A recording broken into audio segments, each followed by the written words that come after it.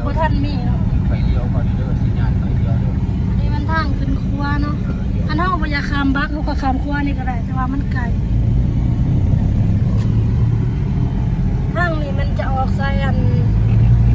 เมืองพนโฮกคนมีไปอันทลาดที่ฮอดแล้วนี่แต่นี้เฮาจะไปตลาดนัดใหญ่แล้วหมดแล้วนี่ตัวเนาะพุ่นที่พุ่นโอ้พุ่นอยู่ฮอดจอดใส่จอดงานอยู่ที่บ่ฮอดที่พุ่นที่บ่นี่หว่านี่นะเขาจอดตำรวจพูดงานของคุณนี่หว่าตัวนี้หว่านี่แหละใช่ตลาด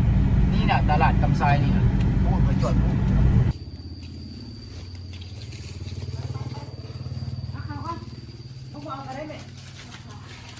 ยังแน่ได้เกิบ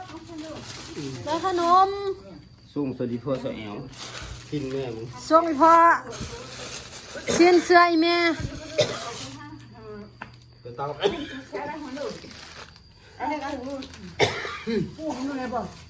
ไล่ยังไงไล่นี่มั้งลายนั่นละพูดแล้วก็นึกชัดเลยอ่ะได้ป่ะอ้าวพูดเลยเนี่ยข่าวไปลูกเอากระตันช่วงแค่มาแล้วกระตันก็จะฟังเหมือนขายเครื่องสิเข้าในลูกแม่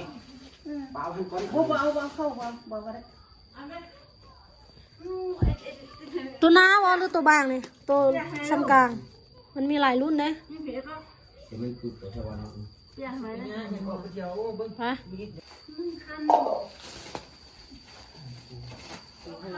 สิบไหมลูกเล็กเล็ก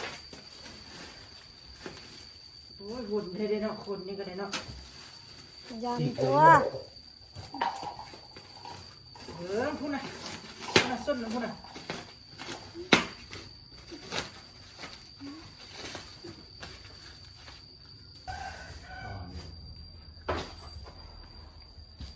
ยำมาพี่ลูกบ้าโยกิโอเคบ้าทีนี้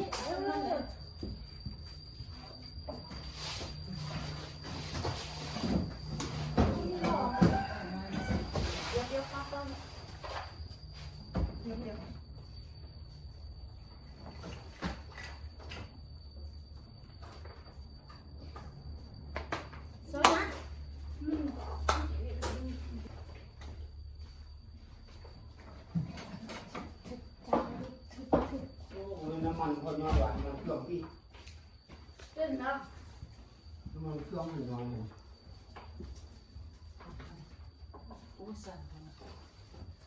เฮ็ดอะไรกิ้งเอาวะไม่เสียมีใส่นะเอาจานมาจ้ะเอาจานฟ้าเลยจ้ะจานแท้จานก็จานยักไปพุ่งจานนี่จาน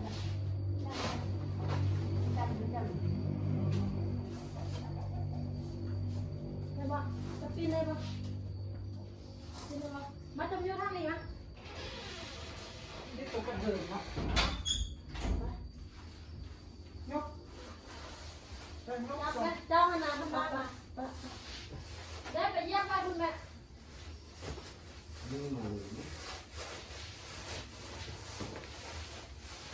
ไม่สุดเต็มปุ๊บละปุ๊บละมาเล็กย่ามันมาแล้วก่อนย่ามันปุ๊บย่ามันมาแล้วก็ดึงไปเลยดึงไปเลยโว้ยมันก็ม้วนเวลาย่ำมาขนาดนั้นวะมันน้อยย่ำนะมันบ้าง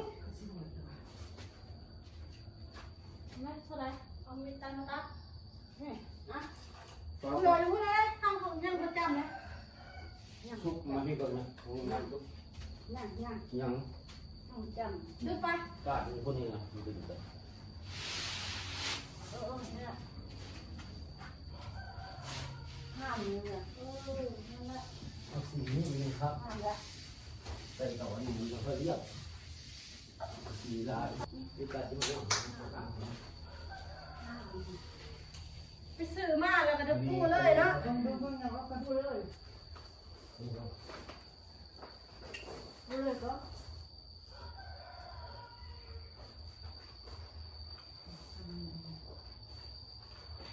จำหน่ายได้ดอก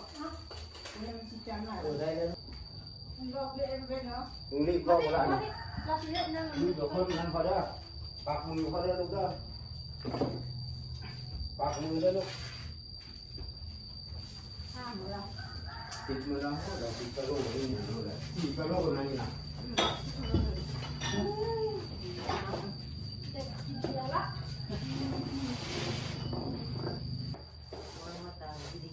ใส่แล้วตัวนี้นะใส่อันนี้น้อยดูดูหมดแล้ว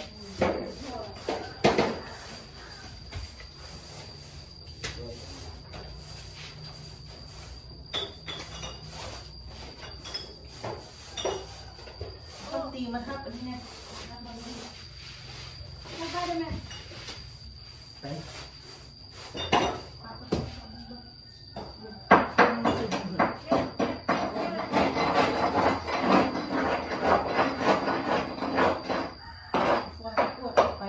เสร็จ เวลามาพี่น้องไปเจอออกไปลูกตา เล็ก อ อยากหลายแท้ มันมาละมันมาละเปลี่ยนกันเอานี่เอานี่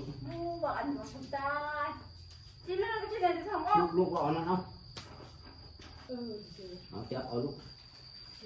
เอามันประจำปุ่นหัน จับเอาเขาจับเอาวิกินเขาเด้อ ตัวฟ้าอันนี้คนใหม่เอากฎหมายคนละจังดี เป็นเรื่องพวกนี้จับเรียกเดี๋ยวอะไรไปมา ได้ได้บอก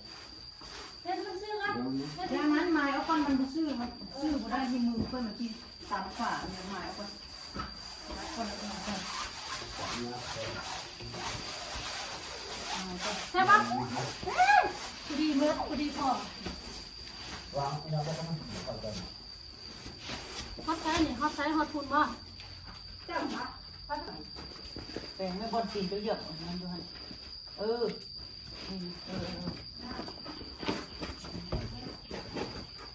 ตัดนี่เอา เลยจังทราบอ๋อนี่นะลูกมันนิ่มนี่กันไหม ตัดนี่เอา นิ่มคนใดนะลูกตากูหุ่งละบวหุ่งเลยมันบวครับ เห็นตาผู้ดี ละ เล เอีย ย ดละเอียดฮะบุละเอียดฮะแหละ เบิ้ง จะไปได้บุตัด ประมาณนี้นะนี่แหละประมาณนี้แหละให้มันพอดีเ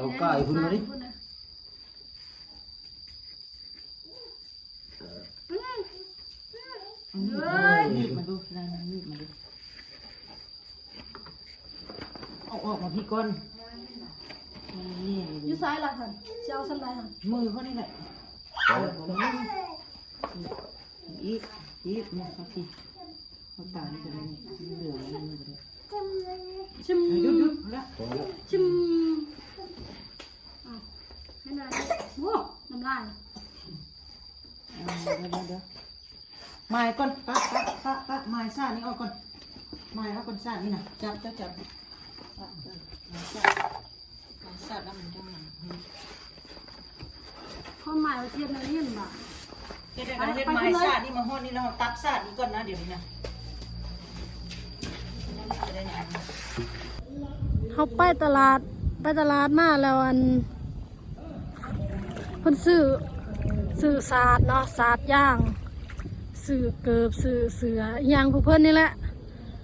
ซื้อมาแล้วซื้อศาสตร์ก็ได้ปูให้เพิ่นบ่สร้างเฮ็ดได้เนาะสองเฒ่าเพิ่นเนาะได้ปูให้ปูแล้วก็จึงได้มาเนาะตอนนี้ก็เป็นเวลาประมาณ 20:00 นไปเนาะขอบใจทุกคนเด้อที่เข้ามาเบิ่งคลิปแม่หมู